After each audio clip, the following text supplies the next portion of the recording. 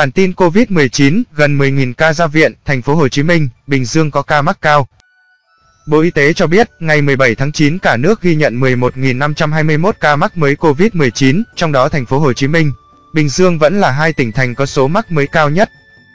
Tính từ 17 giờ ngày 16 tháng 9 đến 17 giờ ngày 17 tháng 9, trên hệ thống quốc gia quản lý ca bệnh COVID-19 ghi nhận 11.521 ca nhiễm mới. Trong đó 15 ca nhập cảnh và 11.506 ca ghi nhận trong nước, với 6.656 ca cộng đồng. Cụ thể, tại thành phố Hồ Chí Minh, 5.972, Bình Dương 4.013, Đồng Nai 345, Long An 273, Kiên Giang 180, Tiền Giang 118, Tây Ninh 114, An Giang 106, Quảng Ngãi 52, Cần Thơ 50, Quảng Bình 37, Đồng Tháp 35, Khánh Hòa 35, Bình Phước 21, Bình Thuận 18, Hà Nội 15, Bạc Liêu 14, Ninh Thuận 13, Quảng Trị 12, Bà Rịa, Vũng Tàu 12, Hậu Giang 11, Phú Yên 10, Bình Định 9, Nghệ An 9, Đà Nẵng 8, Sóc Trăng 6, Lâm Đồng 3, Vĩnh Long 3, Thừa Thiên Huế 3, Thanh Hóa 3, Cà Mau 3, Bến Tre 1, Quảng Nam 1, Gia Lai 1. Như vậy trong 24 giờ qua số ca nhiễm ghi nhận trong nước tăng 1.024 ca, tại một số tỉnh như sau. Thành phố Hồ Chí Minh tăng 237 ca, Bình Dương tăng 1.015 ca, Đồng Nai giảm 222 ca, Long An giảm 8 ca, Kiên Giang giảm 18 ca. Trung bình số ca nhiễm mới trong nước ghi nhận trong 7 ngày qua là 11.090 ca ngày. Như vậy kể từ đầu dịch đến nay, Việt Nam có 667.650 ca nhiễm, đứng thứ 47 phần 222 quốc gia và vùng lãnh thổ. Trong khi với tỷ lệ số ca nhiễm 1 triệu dân, Việt Nam đứng thứ 156 phần 222 quốc gia và vùng lãnh thổ. Bình quân cứ 1 triệu người có 6.786 ca nhiễm. Trong đợt dịch thứ 4, từ ngày 27 tháng 4 năm 2021 đến nay, số ca nhiễm mới ghi nhận trong nước là 663.232 ca, trong đó có 430.691 bệnh nhân đã được công bố khỏi bệnh. Đến nay có 14 phần 62 tỉnh, thành phố đã qua 14 ngày không ghi nhận trường hợp nhiễm mới trong nước. Bắc Kạn, Tuyên Quang, Lai Châu, Hòa Bình, Yên Bái, Hà Giang, Thái Nguyên, Điện Biên, Vĩnh Phúc, Hải Phòng, Hải Dương, Hà Nam, Phú Thọ, Ninh Bình.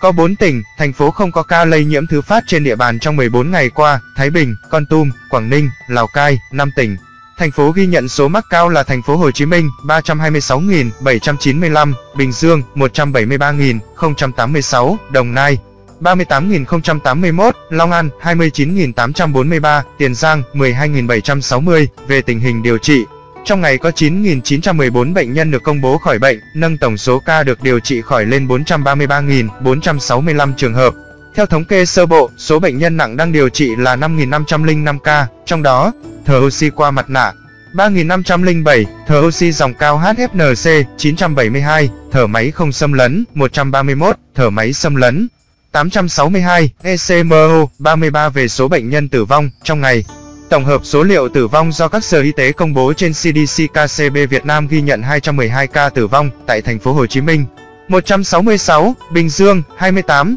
Long An 2, Tiền Giang 2, Tây Ninh 2, Đà Nẵng 2, Cà Mau 1, Khánh Hòa 1, Bình Thuận 1, Đồng Tháp 4, Cần Thơ 1, Bình Định 1, Bà Rịa, Vũng Tàu 1. Trung bình số tử vong ghi nhận trong 7 ngày qua là 250 ca ngày. Tổng số ca tử vong do COVID-19 tại Việt Nam tính đến nay là 16.637 ca, chiếm tỷ lệ 2,5% so với tổng số ca mắc và cao hơn 0,4% so với tỷ lệ tử vong do COVID-19 trên thế giới, 2,1%. Về tình hình tiêm chủng, đến nay Việt Nam đã tiêm được 33.006.632 liều. Trong đó tiêm một mũi là 26.821.906 liều, tiêm mũi 2 là 6.184.726 liều. Nhằm hỗ trợ nhân lực chống dịch COVID-19 cho thành phố Hồ Chí Minh, các bệnh viện tuyến trung ương, sở y tế một số tỉnh, thành phố đã cử 3 đợt với tổng số là 3.216 cán bộ, với 947 bác sĩ, 2.077 điều dưỡng, 164 kỹ thuật viên, 100 giáo viên, sinh viên chi viện vào thành phố Hồ Chí Minh.